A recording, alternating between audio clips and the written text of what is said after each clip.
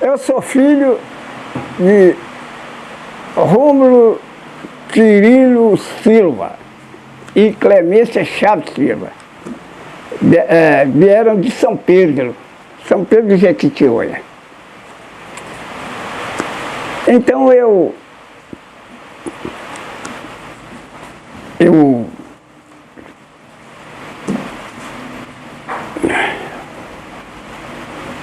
e tenho vários irmãos, né?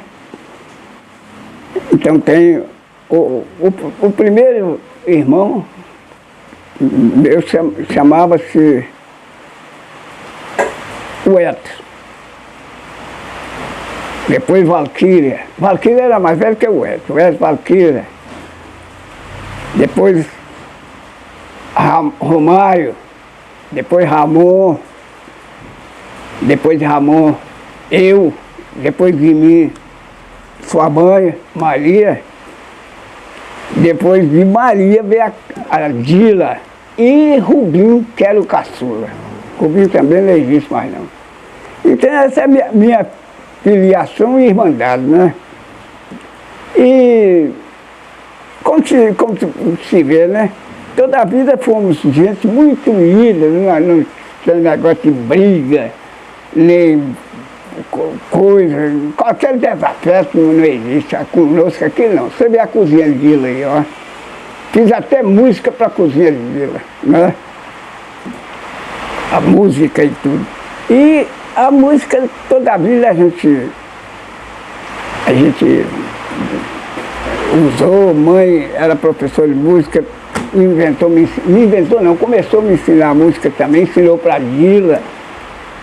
Então, atualmente, agora, eu fiquei mais satisfeito ainda, porque arranjei, eu estava praticamente sozinho, e fiz até uma música chamada Arlequim Solitário, né?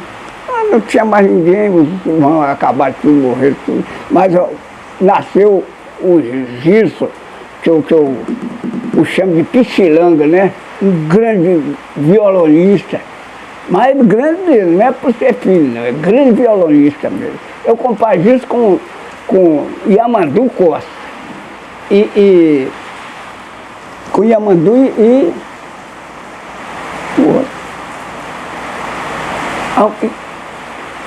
Yamandu e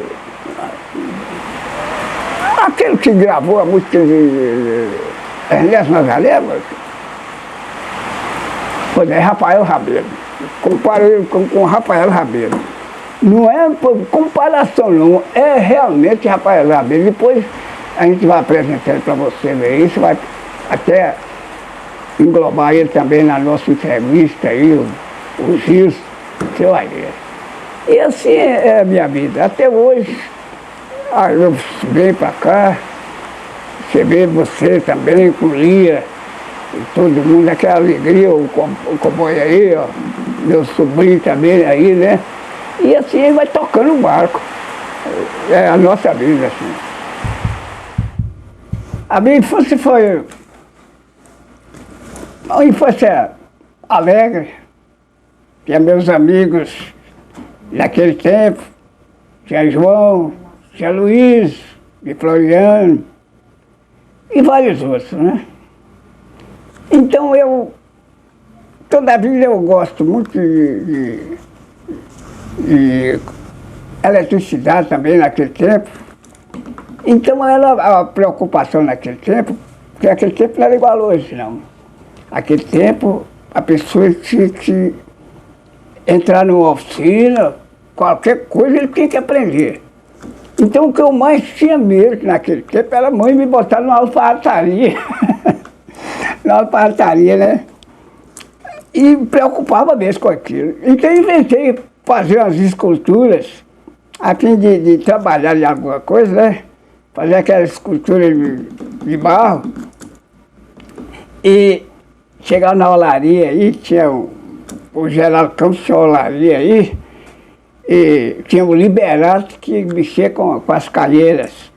Então ele me chamava Pedro Santeiro, o Liberato. Ô Pedro, traz as imagens para eu queimar aqui. Ele falava queimar, né? Então eu fazia aquelas estátuas e levava. Então ele pegava, botava aqui na cadeira lá, né? E recozia, né? Aí quando era no outro dia eu ia apanhar, né? Chegava lá, ele vinha com aquela beleza, as estátuas, né?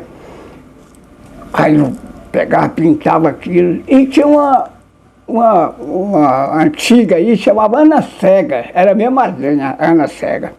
O que a Ana Cega fazia? Você pegava, levava as estátuas para ela tinha um lixo, uma oratória, né? Lá e botava lá.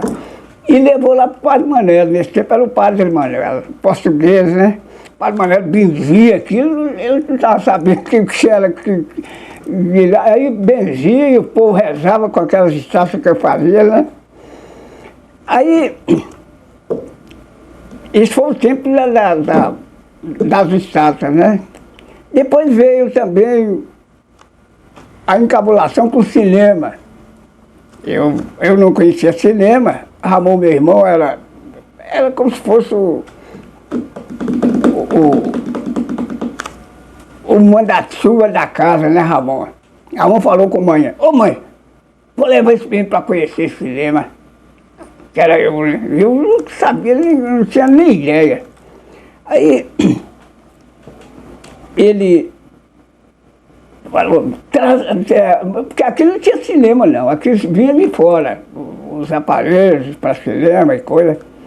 Então ele me levou lá no Sinucão, onde hoje é a biblioteca, né? Biblioteca pública. Então lá no Sinucão eu fiquei esperando para ver o que era o cinema. Eu não conhecia, né? Então, e o povo aguardando também. Daí a pouco começou a película, né? E eu sem saber para onde é que eu olhava, o Ramon falou lá na parede, mostrou para uma tela lá, né? E eu escutando aí, quando olhamos, sabe quem era porque o cinema era assim, tinha o jornal, né? Antes de começar o filme, era um jornal. Então o jornal apareceu o Rago, o grande violonista Rago. Até hoje eu lembro como é que foi. Aquele terno quadriculado, usava aquele terno quadriculado.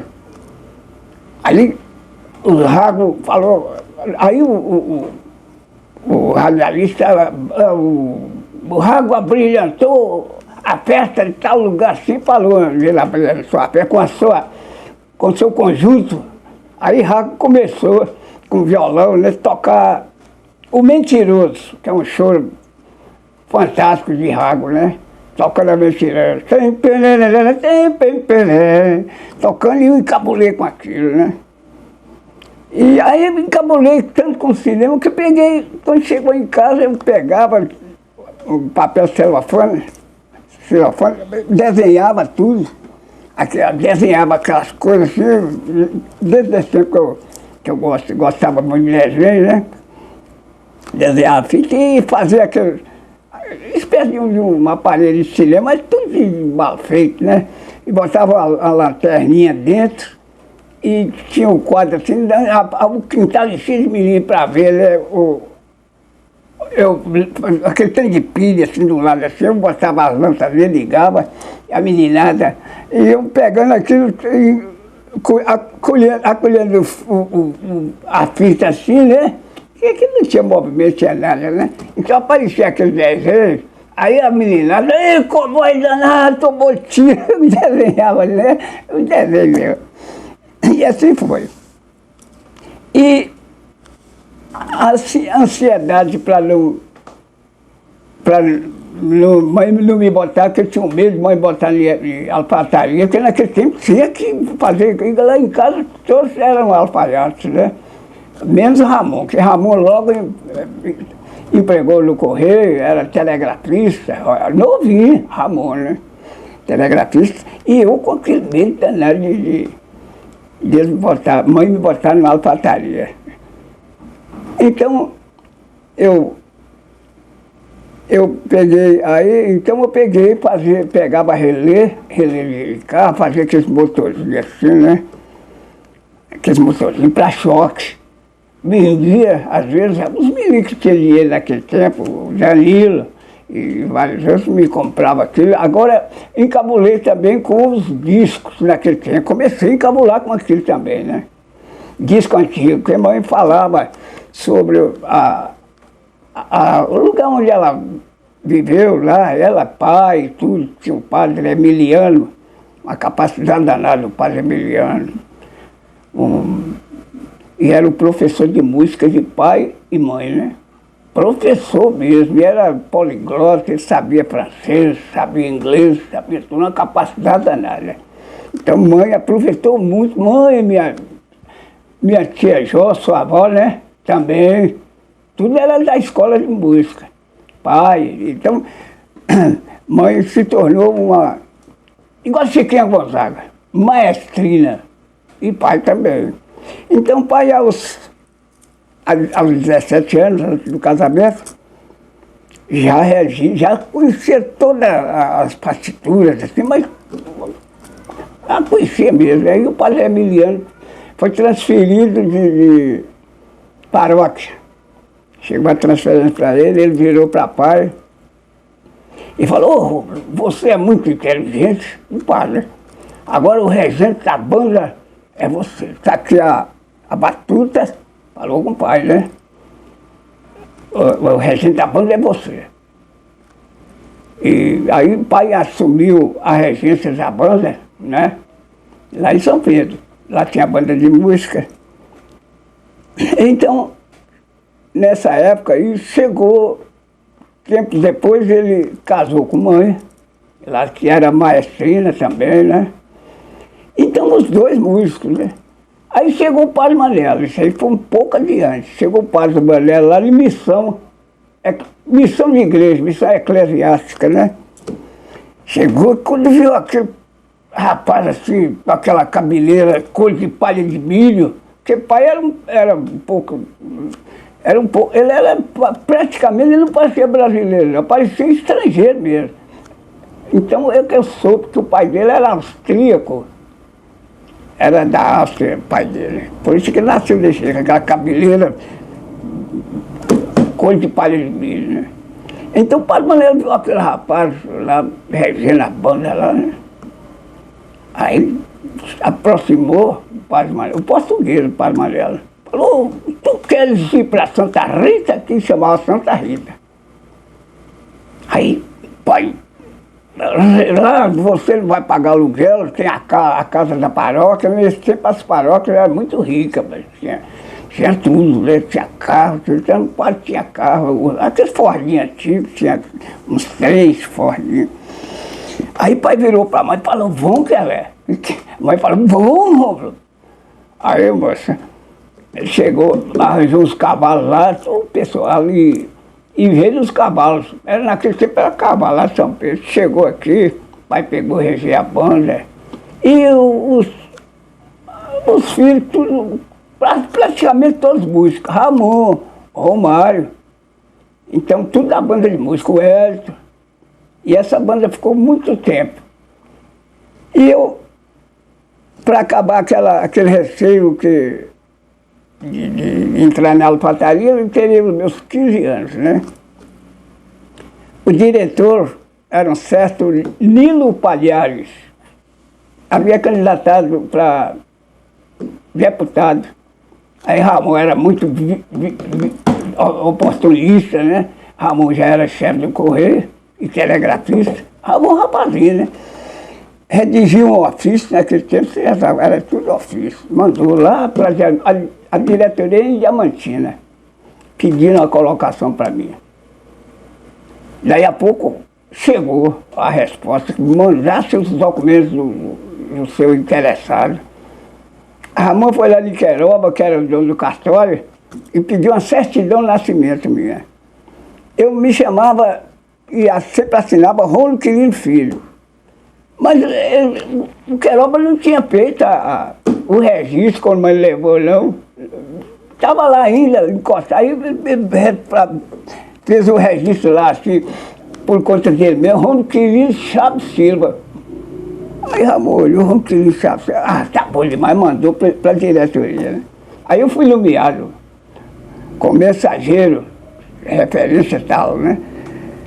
Pô, então, aí eu fiquei satisfeito.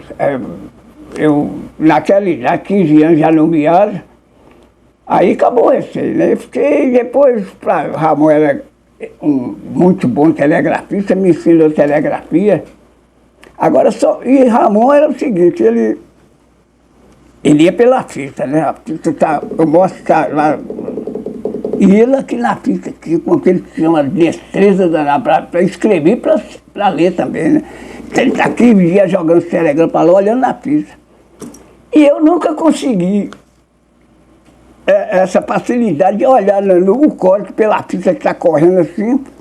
Eu não alcançava aquilo, não conseguia, porque eu pensava que eu tinha miopia, mas não era miopia também, né? Então eu falei, não vou mexer com o negócio de estar olhando para a fita, né, de ouvido. Aí peguei, escrevi os telegramas, tudo de ouvido, né? Moço, mas fiquei, modéstia à parte, um exímio radiotelegrafista. Eu bem sei que fiquei, né? Eu recebi os telegramas, tudo, trabalhei em Pedra Azul, tudo recebendo telegrama, mas não usava fita, não. E lá na própria diretoria, eu fui em 68, Dila me emprestou, que lá faz muito frio, me emprestou uma blusa, eu fiquei uma semana com a blusa dela. Ia lá na diretoria, o diretor me viu lá, eu recebendo os telegramas lá, falando com o Belo Horizonte, para Zé Raimundo. O Zé Raimundo está vivo até hoje, o telegrafista Zé Raimundo. Aí eu recebi os telegramas, o diretor me ofereceu para ir para lá, era um estado de Tanúria, esqueci. Aí eu recebi os telegramas para Zé Raimundo, ele me ofereceu para ir para lá, eu falei, não, oportunamente eu darei a resposta. E assim foi minha infância.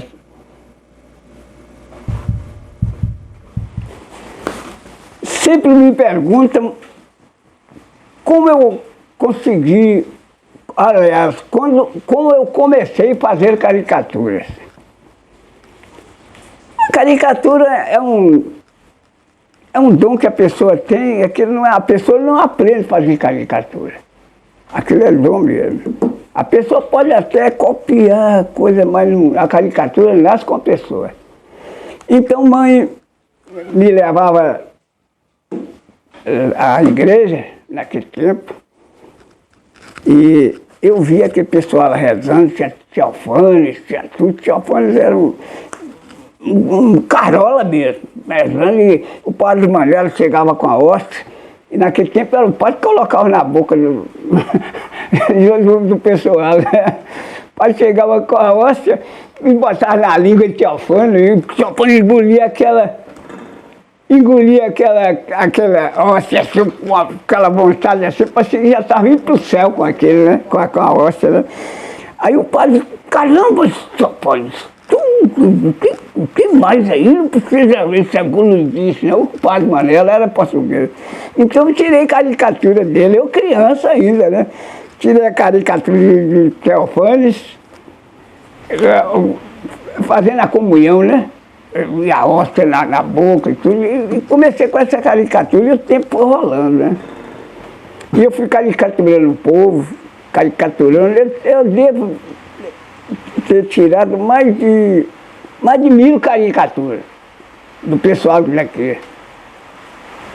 Tanto assim que o Alcim tem um acervo de caricatura, né? Que ele me pedia, ele expunha as caricaturas lá no varejo, né? Na parede. Então comecei com essas caricaturas, quando foi um belo dia. Tinha um médico aqui que chamava Paulo Magalhães. Muito meu amigo e amigo da gente tudo. Então Paulo Magalhães, ele foi transferido, ele era chefe do Deneru, naquele tempo era Deneru, hoje é Sucan, né? Ele foi transferido para essa cidade, para lá de Valadares, como é que é o nome?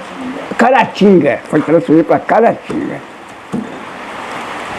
E o Caratinga tinha ele se tornou lá chefe lá também, já era aqui, né? E lá ele Girado, era de Caratinga, mas Girado já tinha o jornal dele lá no Rio, o Pasquim, e tinha tudo lá no Rio, e era mundialmente conhecido o Girado, né? Que o Pasquim, ele era também cartunista, ele não era caricaturista, ele era cartunista, o Ziraldo. Então ele mandou, o doutor Paulo conversou com ele sobre mim, eu fiquei sabendo, né? E o Ziraldo mandou um emissário dele aqui, um rapazinho novo, assim, da idade de cowboy, assim, mais ou menos, chamava Wagner. Esse rapazinho morava ali embaixo ali, mas insistiu para eu ir para lá, para o Rio de Janeiro, trabalhar lá com o Ziraldo. Foi o Ziraldo que tinha mandado me chamar, né? Mas insistiu mesmo. E esse rapazinho era um universitário. Ele falou, você fica lá com a gente, lá na nossa república, lá, você já vai chegando lá já empregado. Desse jeito. Aí eu pensei assim, eu já empregado no Correio. Eu falei, troca o CEP pelo 1212, os meninos eram tudo pequenos ainda, né? Os filhos. Aí eu falei com ele, não, você faz o seguinte, depois te dou a resposta. Para não falar não, né? Aí o rapazinho foi embora. Bom, aí rolou o tempo, né? Depois, certo dia, chega aí na casa do doutor Andete aí, o doutor Paulo sempre hospedava aí, que ele morou aí muito tempo, na casa do doutor Andete. Chegou aquele deputado, esqueci o nome do deputado, e da companheiro, ele canta muito bem, acompanhando o violão, a música se ela perguntar, de Lerma do Reis, acompanha ele cantando. Aí, quando eu estou em casa, estava até lavando as mãos na hora, eu não sei o que eu estava fazendo lá na oficinazinha, aí chega Dalmo, falou, ó, tem uma visita para você aqui. Quando eu for olhar, é Ziraldo. Veio me visitar aqui, ó, em casa aqui. Ah, moço, quando eu fiquei satisfeito, né? O próprio Ziraldo, né? Veio, sentou-se à mesa, né?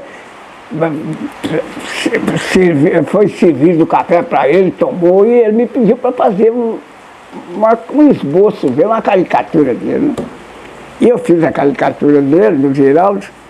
Aí ele ainda me fez uma observação, falou, você esqueceu de botar, foi os quadrinhos da camisa, né? Aí eu coloquei, ele me prometeu, até me mandou o trabalho dele, de lá, mas depois vai muito ocupado, né? Acho que deve ter esquecido, não me mandou não. E assim foi. Então, quando o Ziraldo morreu, eu sempre falo pro pessoal, ó, teve comigo aí, muita gente chegava, até estranha isso, mas teve mesmo. E assim, é minha vida, né?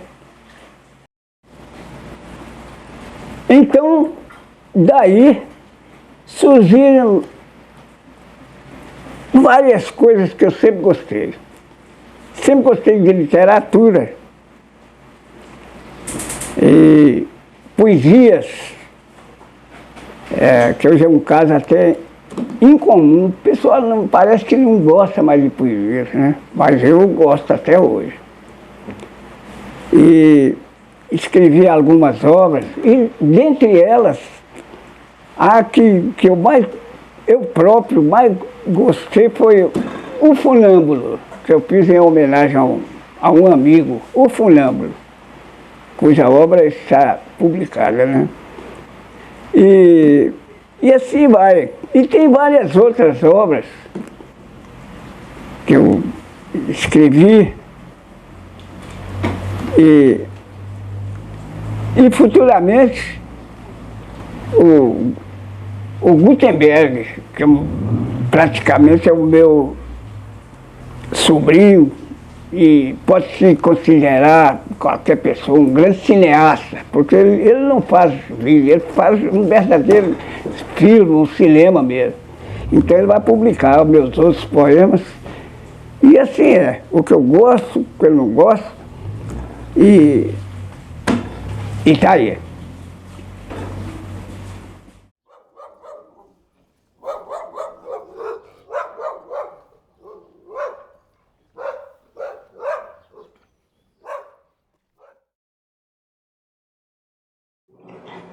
Falar de Rominho, para mim, é muito fácil, porque nós fomos criados uma família unida, e sempre voltados para a música, para a literatura. E Romim não era, desde menino, que ele tinha muitos talentos. E um dos talentos que eu me lembro muito, na adolescência, ele já nos encantava com as poesias lindas, às vezes umas poesias fáceis, outras mais difíceis, como é o caso da poesia O Funâmbulo. Por ser uma poesia muito clássica, então ela fica mais complicada para ser interpretada. Mas eu, particularmente, eu gosto muito de poesia e acho a poesia fenomenal.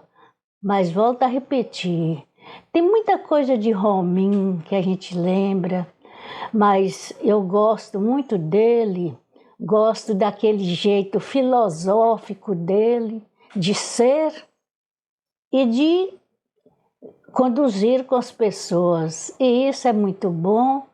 Eu sou até suspeita para falar que eu sou irmã dele e gosto muito dele. Não sei se ele sabe, mas aprecio muito. Agora, ali, a gente fica assim olhando como Romim, em cima de sua idade toda, é aquela mente fértil, aquela alegria, aquele talento ao tocar. Quando ele toca a Cozinha de Dila, a gente nota nele a alegria, aqueles olhos brilhando. Por quê? Porque é o talento, é o dom da música sendo projetado, não só para ele, mas para todos que estão perto. Isso é encanto, não é? É nosso irmão, mas não faz mal a gente falar, não. Quando ele está aqui na cozinha. Eu sou até uma irmã coruja, mas se a gente for falar nos talentos de Romim, são tantos que a gente leva tarde para ficar falando. Mas na poesia, eu volto a repetir, porque eu acho aquela poesia, a última, o fenômeno, que é o funâmbulo, né? E isso sem lembrar de muitas outras, né, Dila? Que a gente... E o lado musical? E a alegria da minha cozinha? No Natal, no São João, aquele companheirão, aí com violão junto com o filho dele, tocando, cantando e olhando para mim para ver se está fazendo um ambiente bom. Então a gente tem que dar graças a Deus de ter um irmão igual Romim.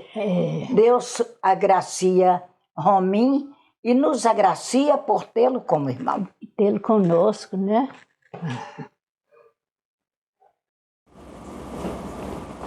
Como eu mencionei antes sobre mãe, com maestrina, então naquele tempo São Pedro era uma vila, né, atrasada. Então o Major Laureano, que era o manda-chuva da cidade, foi ao Rio de Janeiro naquele tempo e trouxe uns gramofones.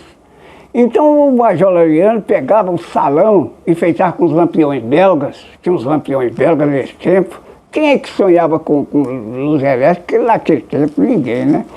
Então ele pegava e a moçada, aquelas mocinhas igual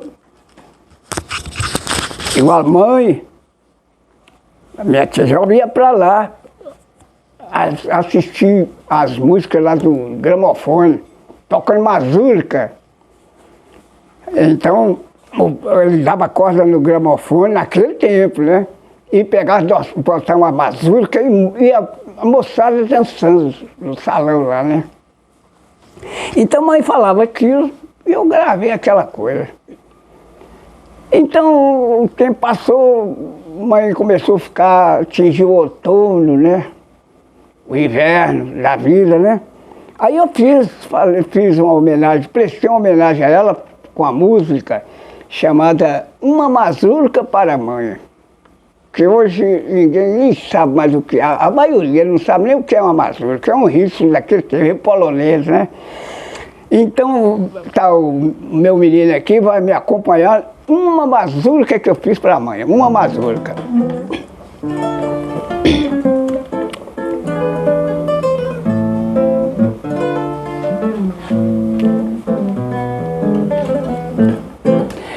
Mãe, escute esta mazurca que compus só pra você recordar os belos tempos, tão ditosos como que os bailes iluminados pelos belgas lampiões e os casais de namorados a rodar pelos salões. Pena que toda essa orgia como fogo farto se esborou nas agruras do outono, no inverno que restou. Mas as notas afinadas que na sua vida sempre ensinou hão de sempre estar gravadas na saudade que ficou. Mãe, escute esta mazurca que compus só pra você recordar os belos tempos, tão ditosos como que os bailes iluminados pelos belgas lampiões e os casais de namorados a rodar pelos salões. Pena que toda essa orgia como fogo farto se esborou nas agruras do outono, no inverno que restou. Mas as notas afinadas que na sua vida sempre ensinou hão de sempre estar gravadas na saudade que ficou.